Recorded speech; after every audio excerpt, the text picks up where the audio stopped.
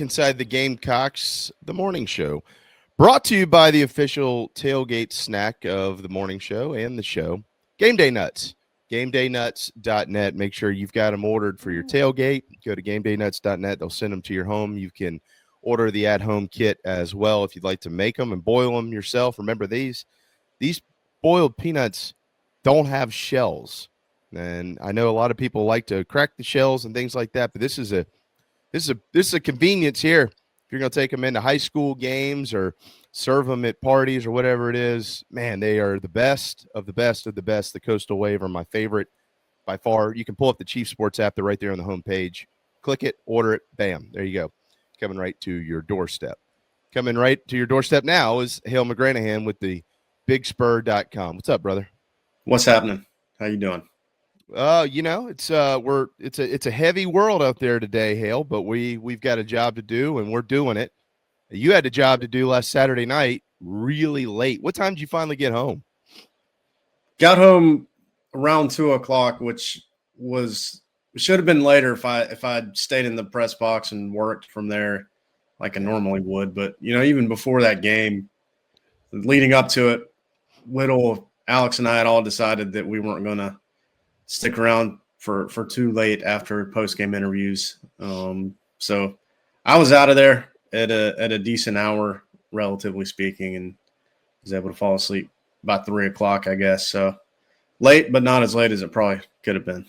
Yeah, it was a strange evening. There's no doubt about that, starting with the storms and the delays, and then South Carolina did win by 28 points, but obviously offensively, Hale, it was there was a lot more desired from those who were watching the ball game. You spoke yesterday with Mike Shula, or you were at least there. I think you asked a question. I was watching it. I'm pretty sure you did. Yeah. Anything that you took away from his press conference yesterday as it pertains to what we've been seeing and what we may see moving forward? Not really. He doesn't say a whole lot, quite frankly. Nothing really substantive. And I don't think he'd be offended by me saying that because that's clearly his MO. So whatever. Didn't really learn anything new or groundbreaking.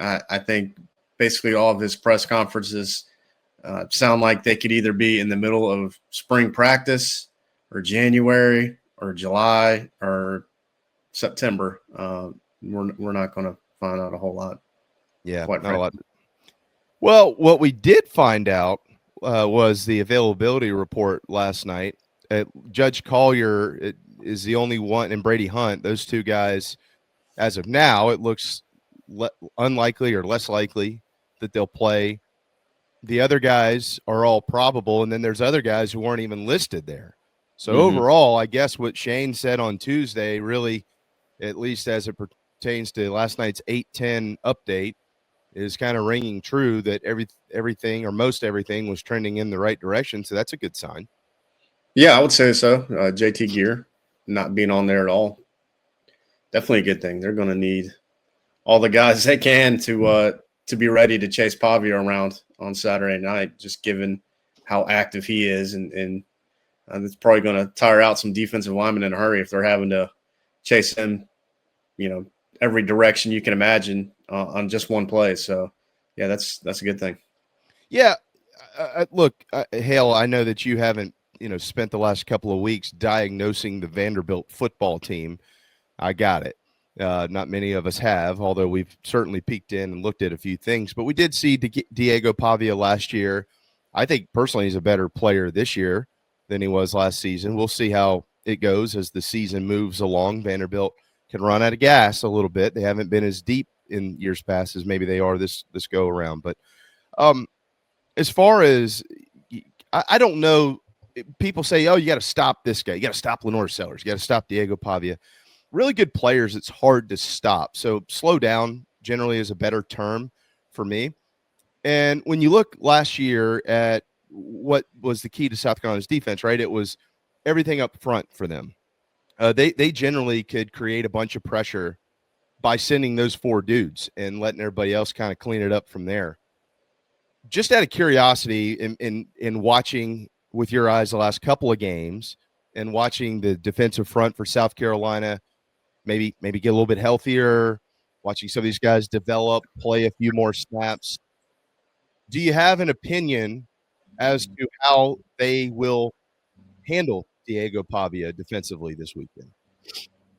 I would imagine they want to be aggressive defensively, but I think at the same time you got to kind of channel that and not get too aggressive and over pursue and give up a little bit of your like pocket integrity, I guess maybe the right way to say it. I don't know. Maybe I'm using the wrong phrase there, but I can't imagine if Dylan Stewart and Brian Thomas are really flying off the edge, like Vanderbilt's probably going to find a way to counter that and take advantage of it. And Pavia, like you're kind of saying a second ago, JB, he's better and he's really smart with the football and deceptive.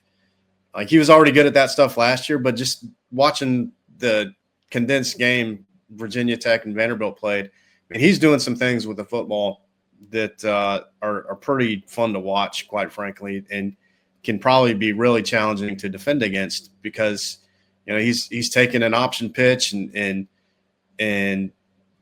getting it to the back at the last second, really forcing a guy to make a decision. So I would imagine that there's going to be some stuff that Vanderbilt does to try to take advantage of South Carolina's defensive ends and just how explosive they are off the ball.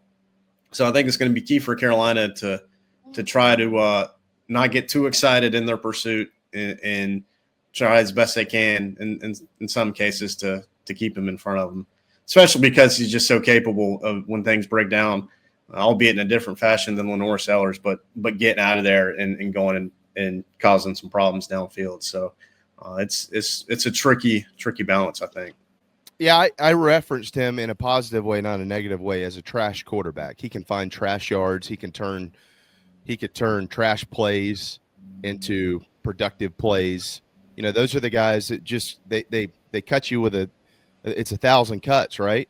Yeah. They just kind of keep chipping you down the field, and you're like, man, we can't get them off the field.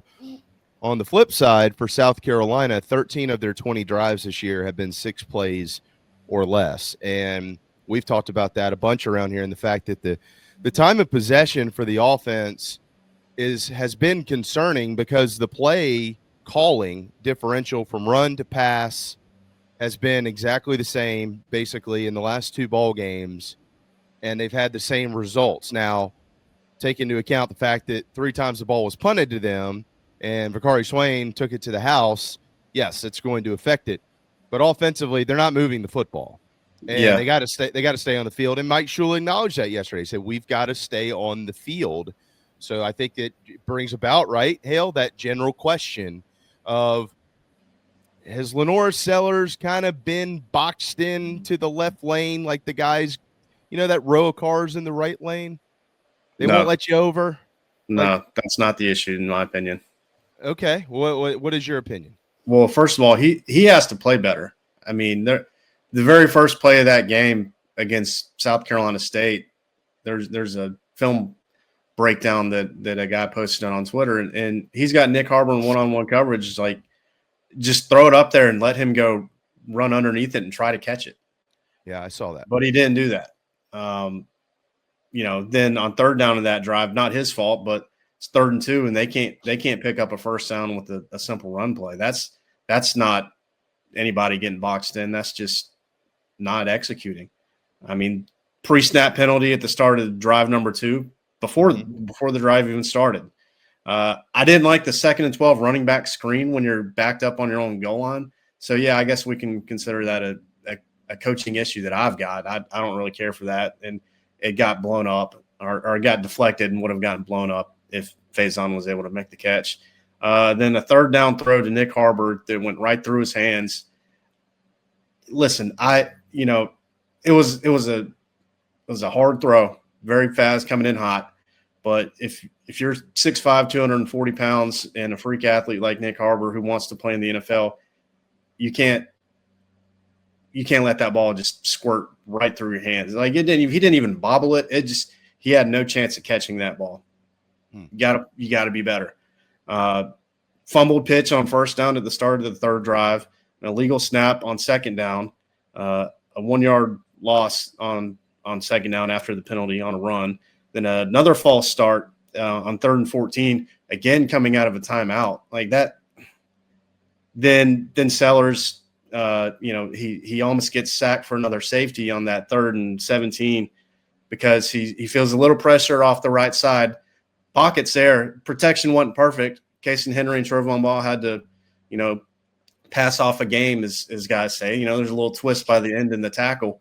So they got knocked back a little bit, but all Sellers had to do was slide and not just bail like immediately. So again, like that's, to me, all that stuff, that's one thing that was a coaching issue for me. And those three and outs set the conversation that everybody's been having for the last 4 days, and all the issues that people are complaining about.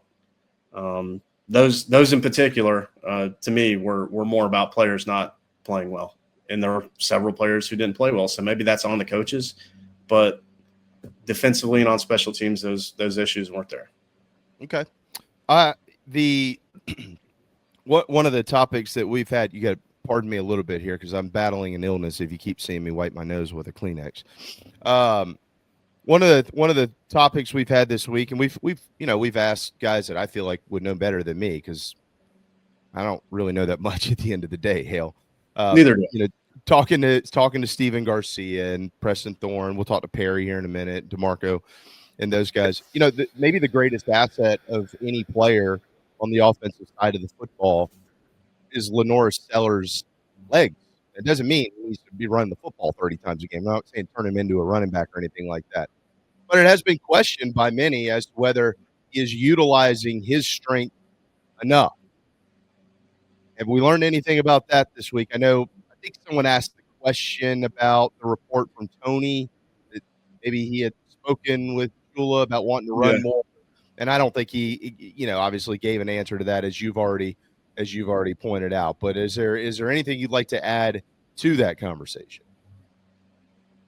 Yeah, I mean, I get it. People were complaining about that coming out of the bowl game, and I've made my peace with that. I think it was overblown, and a lot of it was based on what Shula said during his introductory press conference in December as the offensive coordinator, that those comments were overblown. And if you just go back and look at the game and how much Illinois had the ball in the second half, like South Carolina barely had possession during the final 2 quarters. So some key opportunities for LaNorris to run and use his legs, and they just weren't there because Carolina didn't have the ball. The Virginia Tech game, I mean, I get it. People want 450 yards of offense and 5 touchdowns and hey, LaNorris Sellers is a Heisman candidate and everything's hunky dory. Right. Last week, I don't care what the game plan was. That it shouldn't have mattered what was being called. It shouldn't have mattered how often LaNorris was running the football, designed or otherwise. Like it was an FCS team, and they just came out and played like crap on offense the first 3 possessions. It was a group effort. Again, like there was I have a complaint about a play call, but I just at some point the default can't just be blame the coaches. Yeah. That's where I stand. It can't. Sure. Yeah, there are going to be issues, and they're responsible. They get paid a lot of money to make these decisions and call these plays and put these guys out there. But like, hey, guess what? The players, they get paid now too. And I'm not saying that makes it right to criticize them, but they got to play better. And if you can't pick up a 3rd down and 2 yards on a run against South Carolina State, that's on you, man. Like the play got blown up. I don't care what the scheme is. Like, go out and be an SEC football player and push guys around and don't get pushed around. Like, at the end of the day, that's on the guys who are on the field. Well, I think you're exactly right about that. I think collectively everybody deserves blame with the offense. I hope you're not misunderstanding what I'm thinking or saying here. There is we've got a 4-game track record now, and keep in mind this is over 2 coordinators. And also keep in mind, these are against some pretty good football teams. They had to go to the upstate at Clemson. Then they had a bowl game in Orlando. Then they had to play in Atlanta against Virginia Tech in game 1 of the season, kind of the Super Bowl for the Hokies, if you will. And then obviously South Carolina State. So a variation of play styles, teams, levels of talent, et cetera, et cetera. But the offense has put out the exact same number of points in all 4 games. And I think people are beginning to see that and rightfully so, beginning to question what's going on here. Not that it can't change. It can. We all know it can change. But it's also fair if people are questioning both the players and the coaching staff, at least in my opinion.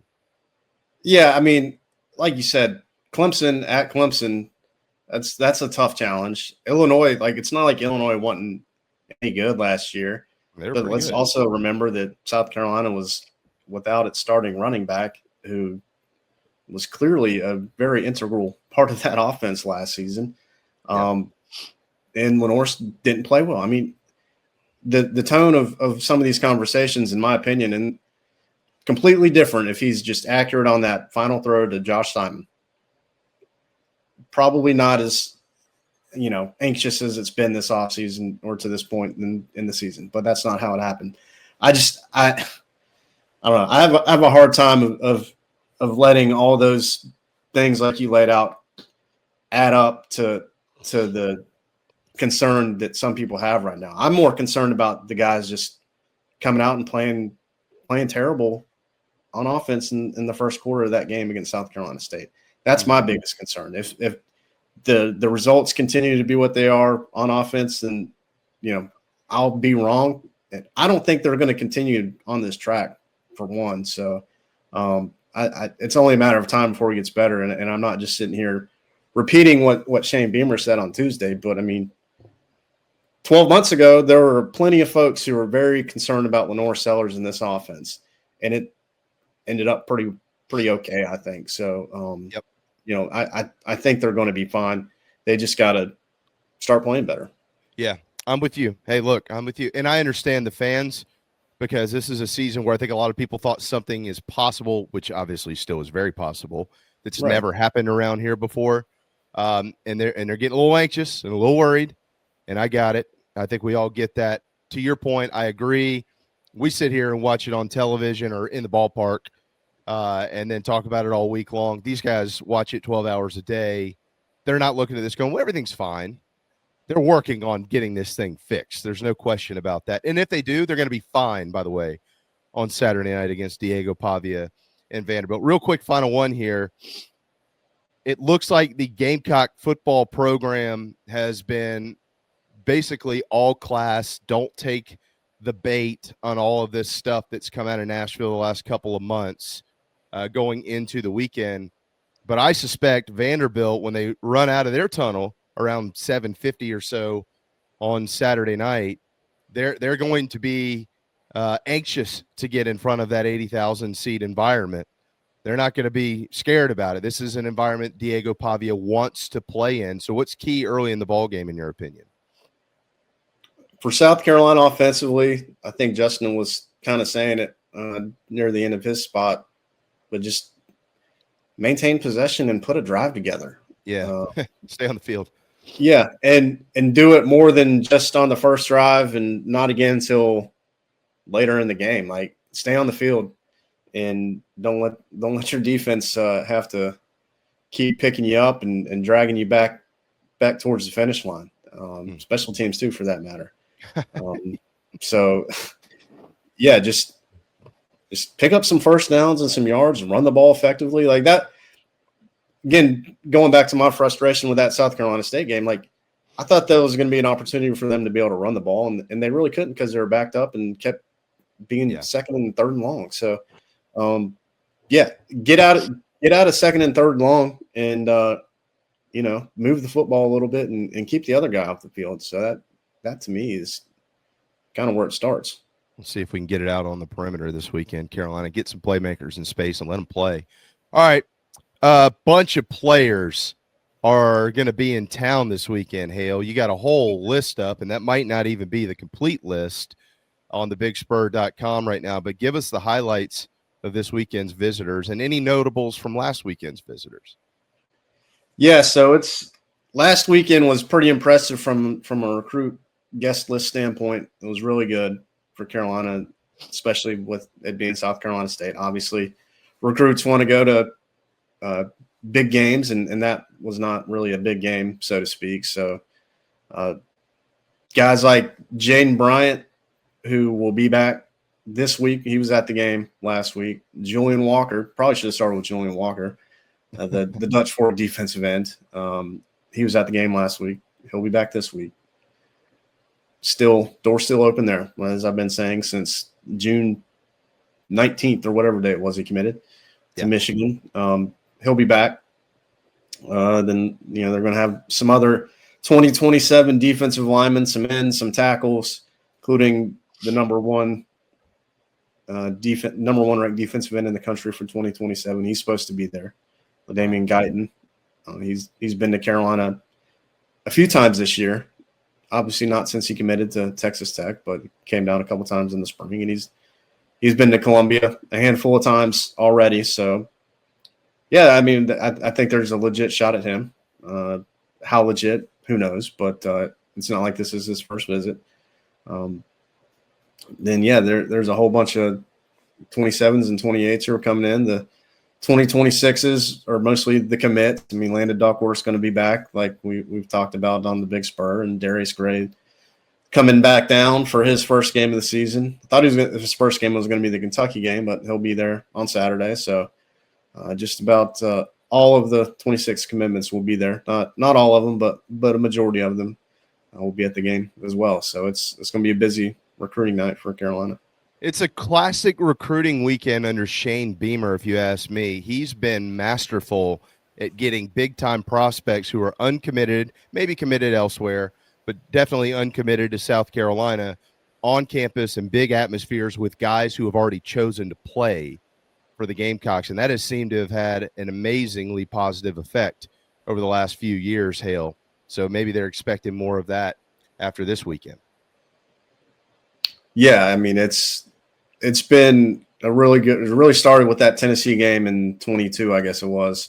Yeah. With the volume and caliber of recruits they had in that night. And there hadn't been a significant drop-off really since then. Anytime they've had a home game, especially an SEC game, they've had some pretty stellar guest lists and had some really good ones last season as well. So they're off to – assuming everybody makes it in this Saturday – they're off to another hot start that way for sure.